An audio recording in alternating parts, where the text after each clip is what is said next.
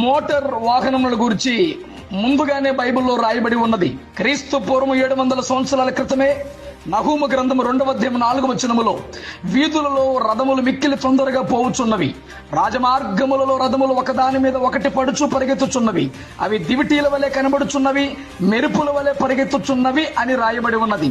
ఈ రోజున మనం వీధులలో జ్ఞాపకం చేసుకున్నట్లయితే బైకులు గాని, కార్లు గాని, వాహనములు గాని అద్భుతమైన లైటింగ్ తో పరిగెత్తుచున్నాయి. అంటే మోటార్ వాహనముల గురించి 2707 సంవత్సరాల క్రితమే బైబిల్లో రాయబడి ఉన్నది. గాట్లిబ్ డైమ్లర్ అని ఆయన మోటార్ సైకిల్ ని కనుగొన్నారు. జార్జ్ బ్రో మోటార్ స్కూటర్ ని కనుగొన్నారు. అమెరికా దేశస్థుడు హెన్రీ ఫోర్డ్ మోటార్ కారు ని కనుగొన్నాడు. కార్ల్ బెంజ్ పెట్రోల్ కారు ని కనుగొన్నాడు. జేమ్స్ వాట్ ఆవిరి యంత్రమును కనిపెట్టారు. జార్జ్ స్టిఫెన్సన్ అనే ఆయన రైల్ ఇంజిన్ ని కనుగొన్నారు. రొడాల్ఫ్ డీజెల్ అనే జర్మన్ దేశస్థుడు డీజెల్ రైల్ ఇంజిన్ ను కనుగొనాను. దేవుడు ఎంత అనంత జ్ఞాని అయిన దేవుడు అండి. వాటి గురించి ముందుగానే రాయించాడు పరిశుద్ధ లేఖనములలో. అందుకే బైబిల్ గ్రంథము గొప్ప గ్రంథము.